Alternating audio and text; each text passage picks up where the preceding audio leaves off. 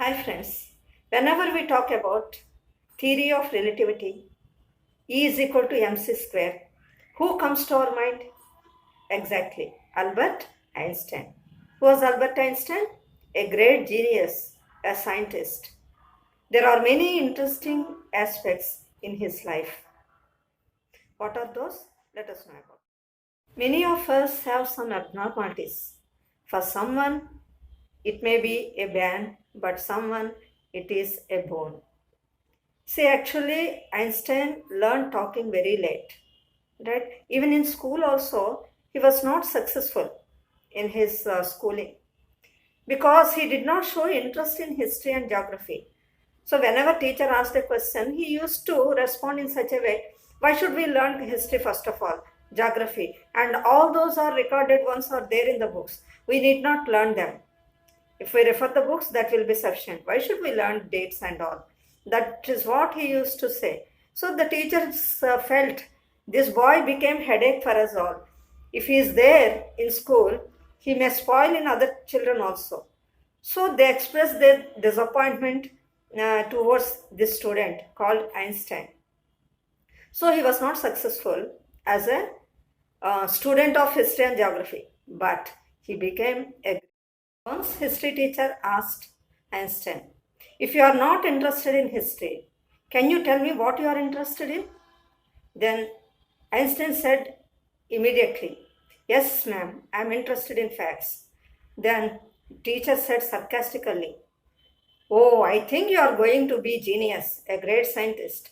Though she said sarcastically, he really became a great genius, a scientist. What's the reason behind it? Abnormality of his brain. What? Abnormality of brain? Yes, it became a blessing in his life. How? Let us know. Human brain is found in wrinkled lobes.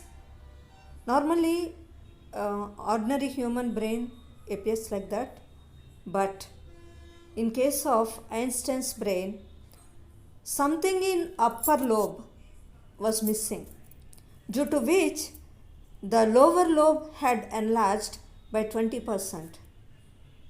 How did they observe all these things? There was a story behind it.